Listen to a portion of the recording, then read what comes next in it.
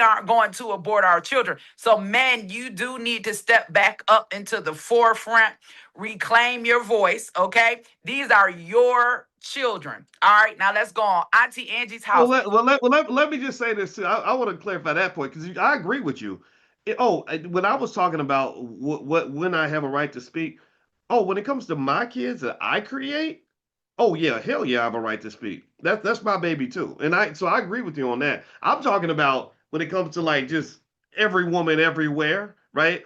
Like my wife worked at Chicago's what the biggest hospital in the I forgot what it's called, but it's like this hospital in the hood that has all kinds of stuff coming in, and she saw a lot of situations up close. You can only imagine, right? So it gave me insights into how complex the decision is. But mark my word, I agree with you. If that's my baby, that is my choice too. Like I never And understood that. They're and like, oh, and, you don't matter. Right, go and ahead. not only are you speaking through your words, you're speaking with your finances because believe it or not, you are helping us save babies by supporting Auntie Angie's house.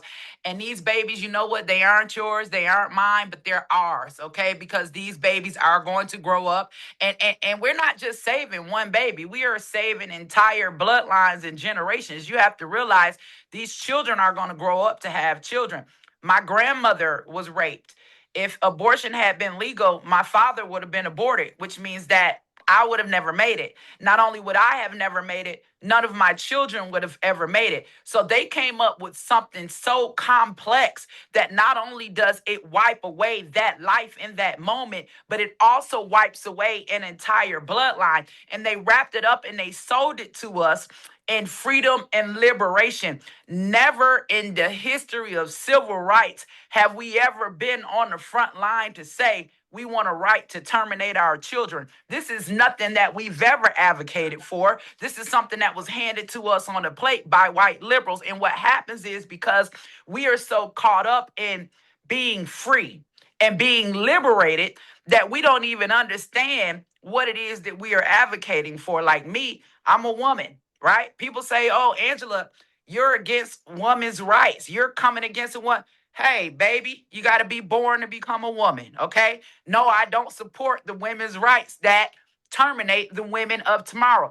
That's just me. That doesn't make me an enemy, but somebody has to say, our children deserve to live, okay? And the wonderful thing about Auntie Angie's house, Dr. Boyce, is, a lot of times we have organizations that we often give money to, we support, but do you ever really get to see the real end result?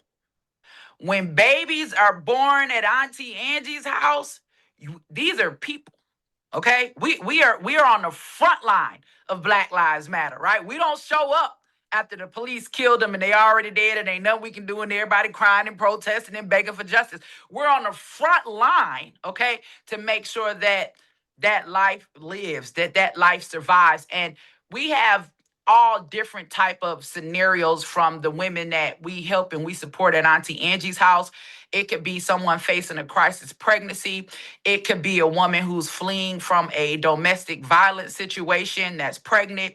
It could be a situation where, guess what? A lot of our women are working and now I can't work because I'm pregnant and I have to carry this baby. It could be a situation where I'm transitioning. My lease ended. I need to get into another place, but maybe my credit ain't straight, or maybe I don't have 3 months rent, or I don't make 3 times the amount of the rent. There are all type of scenarios that we face when we take women into Auntie Angie's house. And I'll give you one example. One of my, I love all my girls, but one of my girls, Kalina Mott, I got her straight out of the hospital when she was 9 months pregnant. Her mother had died the year before. She was living on the street. She got caught up with this boyfriend.